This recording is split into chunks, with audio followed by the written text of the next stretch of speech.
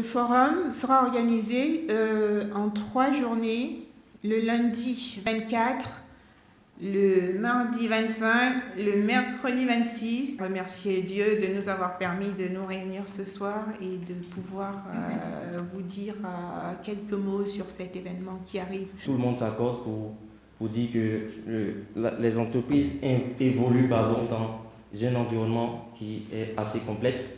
Donc il y a beaucoup de risques qui sont dans l'environnement et du développement de l'activité de l'entreprise. Parlant de cela, on peut citer par exemple 4 événements majeurs dans les années 2000. On va un peu juste dans les années 2000.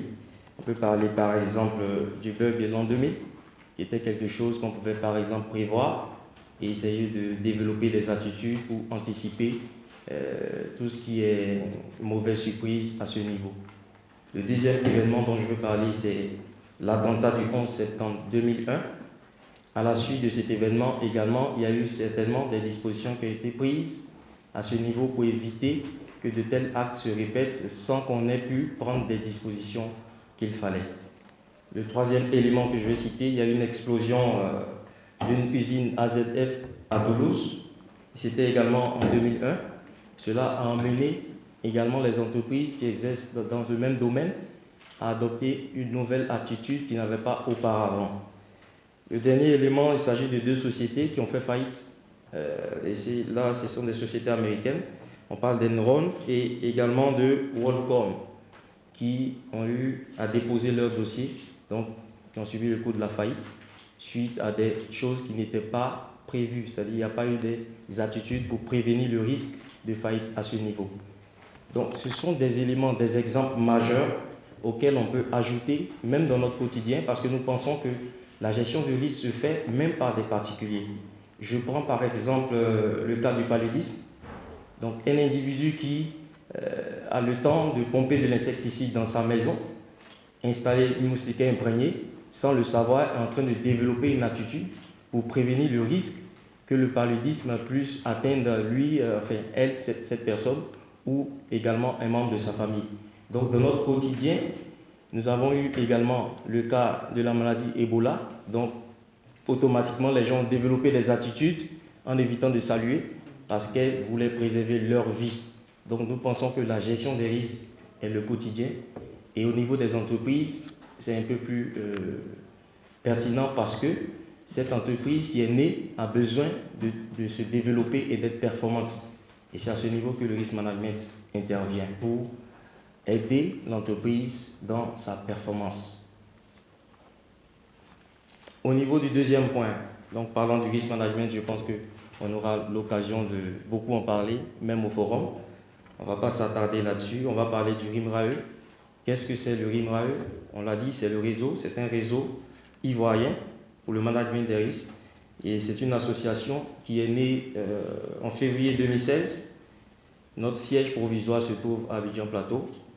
Et donc la mission du RIMRAE est de rassembler en son sein les gestionnaires de risques et assurances de tous les secteurs socio-économiques de la Côte d'Ivoire, afin de promouvoir la gestion des risques et assurances d'entreprise à travers des programmes de formation et de sensibilisation. L'objectif de ce réseau est également de promouvoir le métier de risk manager auprès des entreprises, institutions et pouvoirs publics et mettre à leur disposition des outils et méthodes de management et de gouvernance des risques pour une meilleure performance. À ce jour, nous sommes à un peu plus d'une 50aine de personnes et nous continuons parce que nous n'avons pas encore atteint nos objectifs de la première année. Nous avons aussi signé des partenariats et dans le cadre de ce partenariat, nous sommes joints à IRSC pour pouvoir participer à l'organisation d'Afrisk. Parlant d'Afrisk, c'est un forum annuel, comme elle l'a présenté, de la maîtrise et de la prévention des risques. C'est aujourd'hui la 3e édition d'Afrique de l'Ouest. Donc nous sommes décidés, sinon nous sommes engagés à accompagner Afrisk parce que nous pensons qu'Afrisk tient le même langage que le RIMRAE tient. Voilà pourquoi nous sommes à leur côté. Je pense que je vais m'arrêter là. Je vous remercie. Cette occasion qui nous est offerte cet après-midi dans le cadre du lancement du forum qui aura lieu en octobre C'est une occasion que le réassureur N Carré, par ma voix, s'honore, n'est-ce pas, d'accompagner en apportant son savoir-faire, n'est-ce pas, dans la gestion des risques assurantiels. En ce qui concerne les risques que les assureurs, de manière générale, assurent dans leurs activités au quotidien, il faut dire qu'un assureur est toujours accompagné par un réassureur dans le cadre de ses opérations, ses activités au quotidien. Le risque, pour les assureurs, c'est le quotidien.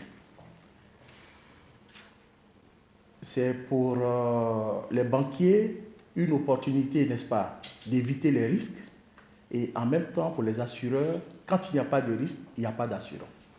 Et donc, quand on est entre ces deux opérations, il faut permettre, n'est-ce pas, à un assureur de pouvoir maîtriser le risque qu'il est amené à prendre. Avant toute activité économique, l'assureur se doit, n'est-ce pas, de pouvoir sélectionner les risques et voir quels sont les risques qui sont techniquement et juridiquement assurables. Et quand on expose une activité économique, telle qu'elle soit, une activité qui met en relation des partenaires dont un se trouve hors du territoire. Quand on prend l'exemple de la Côte d'Ivoire, que le partenaire se trouve à l'étranger et qu'il veut développer ses activités avec un opérateur économique ivoirien, les deux parties sont amenées à se connaître. La distance et l'activité en elle-même est porteuse, n'est-ce pas, de risques. Et donc, il faut donner aux spécialistes de la gestion des risques l'opportunité, n'est-ce pas, de transférer le risque auprès des assureurs, que sont les assureurs des risques financiers, que représentent les assureurs crédit et caution, qui sont accompagnés, n'est-ce pas, eux, à leur niveau, par des réassureurs de haut rang, que sont N Carré, que vous avez l'opportunité, n'est-ce pas, de découvrir ce soir. Une activité économique, telle qu'elle soit, est toujours, dans toutes ses activités, dans tout son développement, porteuse, n'est-ce pas, de tout ce qui est risque. Le risque, chez nous-mêmes, en Afrique, nous avons notre appréhension du risque. On nous dit que les Africains, les PME africaines, ne sont pas accompagnables par les bailleurs de fonds parce que nous avons en nous nos propres problèmes qui sont liés aux PME que nous créons. Les PME que nous développons dans nos pays sont des PME qui sont conjoncturelles. On crée une PME parce qu'on a envie de réaliser une activité ponctuelle.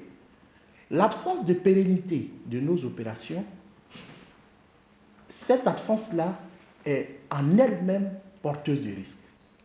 Et donc, ce sont ces différents aspects que nous allons développer au fur et à mesure dans le cadre de forums que nous allons avoir à animer ici dans le courant du mois d'octobre grâce à la structure qui nous convie. Et donc, nous allons faire le maximum pour présenter, n'est-ce pas, les différents risques auxquels toutes les activités sont exposées et donc voir quelles sont les opportunités que les bailleurs de fonds offrent et quelles sont les opportunités que les assureurs offrent également, n'est-ce pas, pour recevoir et gérer au mieux, de façon optimale, les activités économiques, dans le bonheur de tous les partenaires économiques. Je voudrais vous remercier, madame.